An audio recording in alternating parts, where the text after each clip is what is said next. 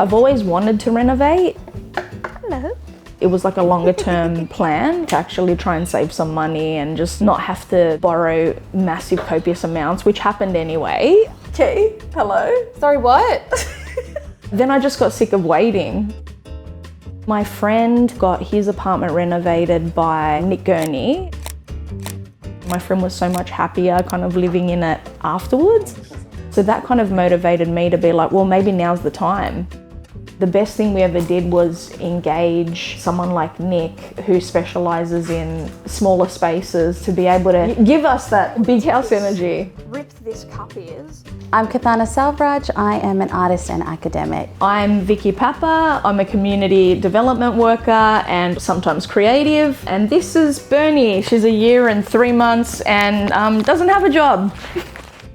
We all live together in this 2-bedroom flat and it's approximately 55 square metres. The apartment's small, Bernie's small. You've got small hands. I've got small hands. Sorry.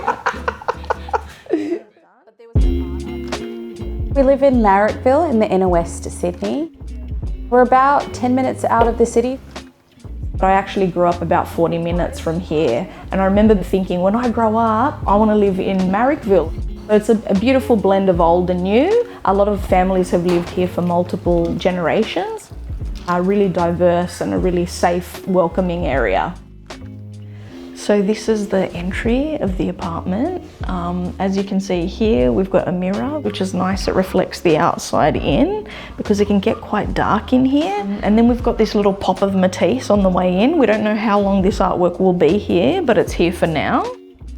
We had a really lovely neighbour who took such care with all the plants, making them come all the way down the stairwell. And then when she left, kind of to like honour her vision, I've continued.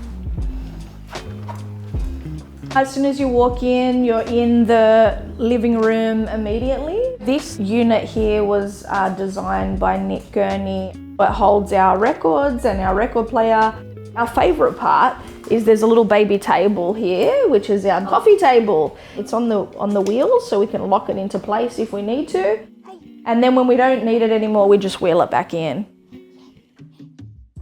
This is the heart of the lounge room, and it's Veneta Hudson. A lot of the colours we even have in this home sort of are already in this colour palette, and so it just informed a lot of the colour palette with the other paintings we have.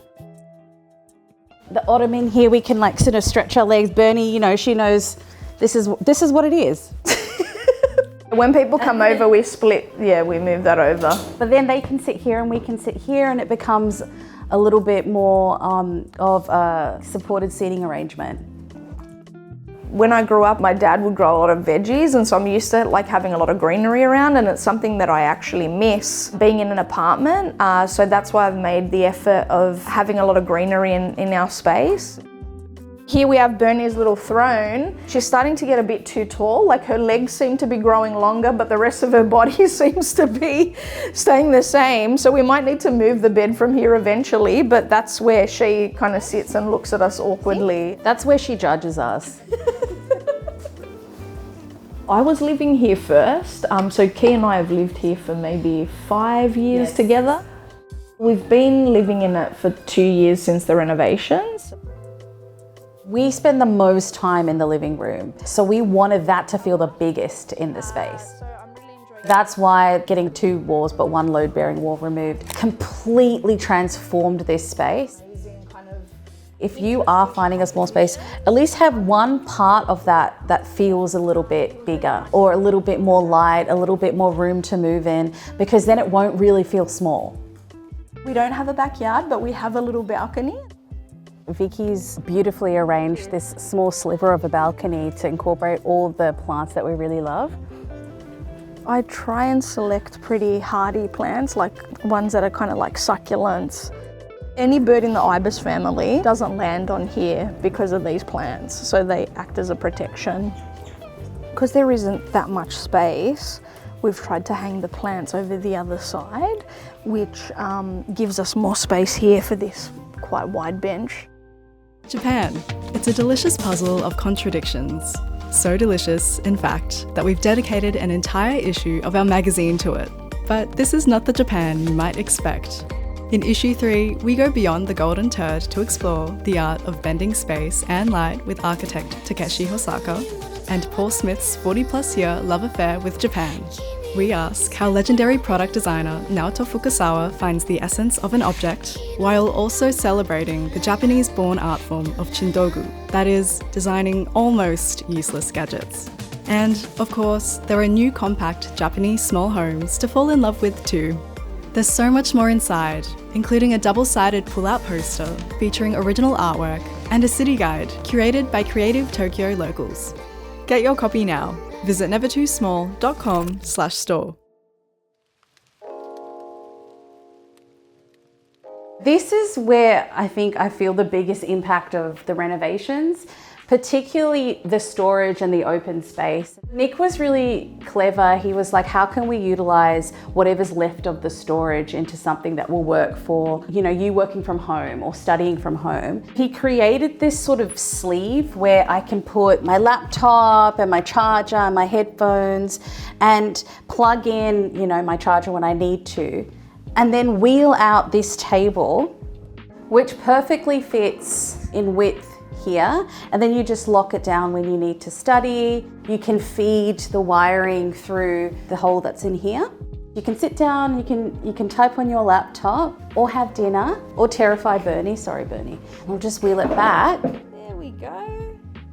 Another really important thing with this storage is pantry essentials. And I wanted to make sure I could reach everything at the back. Sometimes you have those spices that get really crusty and gross because you just can never reach them. And I just never wanted to have that problem again. In the brief, we speak about things that are important to us and how we live and what we enjoy doing. Having Nick really work with us, and he asked us a lot of questions about, where do you think you're going to need the most storage? With the kitchen, I love to cook. I can't just use one pot. And so Nick really understood the assignment basically and was really aware, okay, the storage needs to be centralized in this area, and then we don't need to worry too much about storage in other areas, instead of just putting like what would be typically a massive block of storage somewhere else out of sight. Another great element are these circles cut out so you can actually see what's inside. It was just more useful to have something neat and compact, but also it was like a little window into like a portal that was behind. If I want to make toast in the morning, I don't want to look at the toaster all day long, you know what I mean? With regards to tucking things away, when it's the dining table's out in an open space, it just becomes a pylon for like crap. For a small space, if I'm not immediately kind of using it, I don't really want it to be taking space away from other things. This as well has more storage. All our internet stuff lives in here, like all the internet wiring. We don't have any ceiling lights in this particular area, so these are quite lovely at night. We don't have an extractor fan above the burner, which I'm really happy about because they can be quite cumbersome. Because there's a lot of flow through the window, it doesn't really impact us, it goes like straight out. The fumes go straight out. This is where our cutlery lives, and this is where our plates are. And it just looks like it's actually just like a bench. The mirror cabinet holds our electricals, because that was like a hideous thing just there on the wall. The mirror, it's almost like creating another little window, so then you see the outside reflected in, which then also complements this window here. The mirrors are helping as well with kind of making the space look bigger. I really like the lighting feature here, and it's given us an opportunity to put some of the trinkets that we've gotten. And because we don't have much space, I think we gravitate towards some smaller items. There was a wall here before, which got removed. Now all our laundry stuff kind of lives here. Washing machine in there, dishwasher here. This second sink's been really useful. If there's like a lot of kitchen mess, you can kind of contain it to one side. We have to have it here because in Sydney, there's a regulation where in your laundry area, you have to have a sink. I tend to always gravitate towards this sink, but I notice Key goes towards this sink. It's worked out for both of us because there's one sink that each of us prefer. So this tiny space is our hallway, and so down here we come into It was an old linen cabinet, but now we've turned it into a shoe cabinet. There's like a water main hidden under there. If we need to access it, the cutout just allows us to open it up. We've also managed to hide our apartment intercom in here. We're always arguing for shoe space, but it's a bit better in there now. This is our bedroom. The bed takes up most of the room because we went on a holiday once and we slept in a king bed, and we were like, why can't we bring this kind of luxury into our everyday space? We forgot though that we live in a very small apartment. Anyway, we've made it work. We've usually got things in boxes. We've got like these zip bags, and they're good for blankets that we're not using during the warmer months, throw rugs, like those kinds of things. We'll just put under the bed, and then when we need them, we'll pull them back out. We've actually had to cut a lot of things because they simply did not fit under the bed, which is probably a good thing in long term. This wardrobe was already there, so we just kept it. I think we'd love if it was a bit bigger, so we just kind of put extra bedding there, our clothes. I wish we had more storage, more bedroom storage actually. But clothes, that's a weak point. Like even on the way up here, I noticed there was a package outside that Key has purchased recently, and I was like, where are we going to fit that? Where are we going to fit this? That wardrobe that is bursting at the seams. I think if I open that door, it might just jump out. This is a bigger kind of step ladder for getting up to the higher parts, because again, short. And this is our ironing board. Because of the angle of where the bed is, we can't really put it under the bed, so we just utilize this space here. It's also got some art in here that we really, really love. So this work is from an artist that I've loved for a long time, Karen Black. And this artist, Vicki, we can introduce this artist. So it's Paul Donald. I knew Paul like 15 years ago. So depending on how you're feeling, you could flip it around and then it looks like a completely different kind of artwork. This door here with the glass, the rippled glass inside, is leading us to the best room of the apartment, which is the bathroom. What we really like about this new door is that it's letting so much more light in. The only thing about it is that if you are in there, your privacy is a bit thwarted. Only if someone puts their face right up to there. Let's hope no one does that, Vicki. I'm naming you. What I really love about this bathroom is that even though it's quite a tiny space, the way Nick has designed it is allowing a lot more light and air into this space, so it doesn't actually feel very small when you're in it. And that's also to do with the dual mirrors on either side of this glass partition. Because we're quite short, it's really good that we have a sink that's a little bit lower. There's some beautiful brushed brass finishings here that we have. It's copper. Brushed copper. Thanks, wifey. We have a small hand towel feature that Nick designed to actually just fit inside the joinery. And also, we've got storage here underneath. So we've got a little bin inside there, and we've also got supplies like cleaning supplies for the bathroom. There used to be a bathtub where this walk-in shower is. You had to like grab the sink and like lift your leg up and then climb into the bathtub. So it's really nice to be able to just walk in and have the standing showers. So what you can see with the bench top of the sink, it continues onto the bench here. We really liked this sense of elongation that it gives. So even though this glass interrupts it, you really don't feel that. The light at the top also continues on to this part of the shower, as well as the mirrors. There's no real interruption between the sink and the shower space, so it does feel a lot bigger than what it was before. All of the things, mechanics, I guess, that help the toilet function is sort of hidden behind these tiles. We decided to extend this sort of like framing up into storage up here, and then we have our stuff lined up inside. You can see that we've really crammed things in there again. It's a learning opportunity for us. The toilet is also specifically a very small toilet. It's not like a regular sized toilet, just because if we had that, it would take up too much space. So we had to get used to this little toilet. But I think it's now something that I'm like, I can't even tell the difference anymore.